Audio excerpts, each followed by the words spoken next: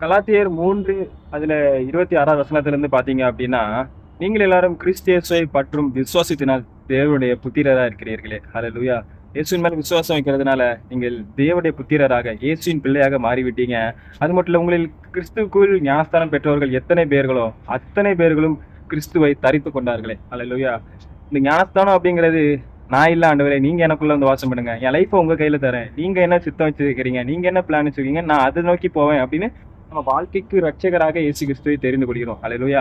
நம்ம வாழ்க்கையில எது நடந்தாலும் அவர்தான் உத்தரவாதி. ஹalleluya. அப்ப நம்ம இயேசு கிறிஸ்துவை நமக்குள்ளாக தரித்துக் கொள்கிறோமா? ஹalleluya.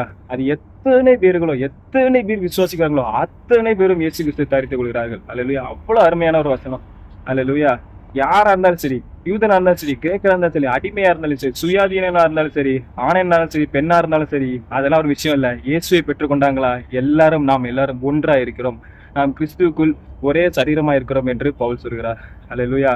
அது மட்டும் இல்ல, நீங்கள் கிறிஸ்துவினுடையவர்களா இருந்தால் ஆபிரகாமின் சந்ததியமாக இருக்கிறீர்களாம். ஹalleluya. வாக்குத்தத்தத்தின்படி சுதந்திரமாக இருக்கிறீர்களாம். ஹalleluya.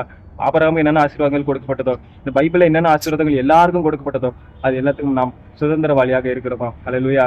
மத்தேயுல அதிகாரத்துல வாசி பார்த்தீங்கன்னா, ஆபிரகாமின் குமாரனாகிய தாவீதின் குமாரனாகிய இயேசு கிறிஸ்துவின் வரலாறு ஆரம்பிக்கும். அதாவது விசுவாசத்தின் தகப்பன்ல இருந்து ஆரம்பிக்கும். ஹalleluya.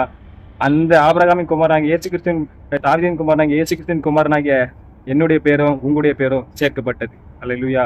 அதாவது மத்தேயு அதிகாரத்துல ஆபிரகாமின் குமாரனாகிய தாவீதின் குமாரனாகிய இயேசு கிறிஸ்துவின் குமாரனாகிய ஆஸ்டின் ஜிஜோ அப்படின்னு வர மாதிரி உங்க பேரும் அங்க இருக்கிறது. ஹalleluya. அந்த அளவுக்கு இந்த இயேசுவை விசுவாசிக்கும் பொழுது, நாம் அவருடைய பிள்ளைகளாகும் பொழுது பிளாக்கியம் கிடைக்கிறது. ஹalleluya. பைபிளோட மொத்த ஆசீர்வாதங்களும் மொத்த நன்மைகளும் நமக்கானதே. ஹalleluya. கர்த்தர் தாமே எங்களை ஆசீர்வதிப்பார்.